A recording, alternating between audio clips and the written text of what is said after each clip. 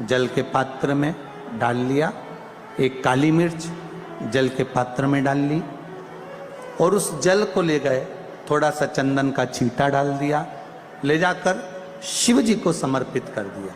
शंकर को जल चढ़ाने के लिए 5 स्थान हैं जहां शिव को जल चढ़ाया जाता है और शंकर उस जल को स्वीकार करते हैं, जिसको पंचगंगा कहा गया। 5 स्थान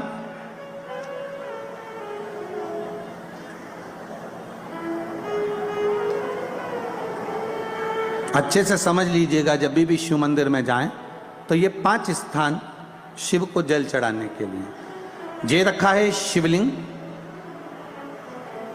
गोल जलाधारी, ये चरण जहां से पानी नीचे की ओर जाता है। शंकर भगवान के 13 बच्चे हैं, 13 की 13 बच्चे, शिव जी का संपूर्ण परिवार, 33 कोटि देवता, 64 योगनियां, सब शिवलिंग के आसपास में।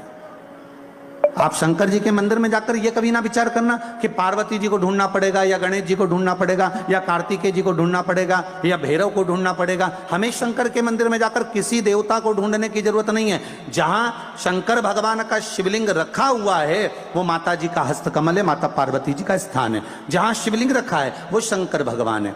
जहां जलाधारी है उस जलाधारी के पास में जहां पानी बहता है बीच में अशोक सुंदरी का स्थान है। जहां से पानी बह रहा है उसका राइट भाग वहां गणेश जी का स्थान है, लेफ्ट भाग कार्तिकेय जी का स्थान है। शंकर भगवान के ऊपर जो जल गिर रहा है वो शंकर भगवान की 5 लड़कियां, जया, विषहरा, शामली बारी, दौतली, देव, ये शंकर जी की 5 बेटियां ऊपर हैं। जहां से पानी बहकर उस निकासी से, जहां नाली बनी रहती है, पानी जहां से निकलकर बाहर मंदिर के जा रहा है वो 33 कोटि देवताओं का स्थान है। इसलिए सारे मंदिरों की परिक्रमा हो सकती है पर शंकर जी के मंदिर की परिक्रमा नहीं करते, क्योंकि वो जल जो जा रहा है वो 33 कोटि देवताओं का स्थान है, उसको हम लांघ नहीं सकते। वो स्थान जल चढ़ाते समय आप इसका स्मरण रखें। पानी का जब पात्र लेकर जाते हैं मंदिर के अंदर, सबसे पहले शिव जी का जो जलाधारी है उसमें राइट भाग पर अपनी मनोकामना कर कर जल चढ़ाएं, फिर लेफ्ट भाग में चढ़ाएं रोग मुक्ति के लिए। अशोक सुंदरी की जगह पर चढ़ाएं, ये 3रा स्थान। 4था स्थान माता पार्वती जी का जो कटी भाग है जहां पर शिवलिंग रखा हुआ है उस भाग पर जल चढ़ाएं, 4था भाग। 5वां भाग शंकर जी के ऊपर चढ़ाएं। ये 5 जगह पर जल क्रमवाइज चढ़ाएं।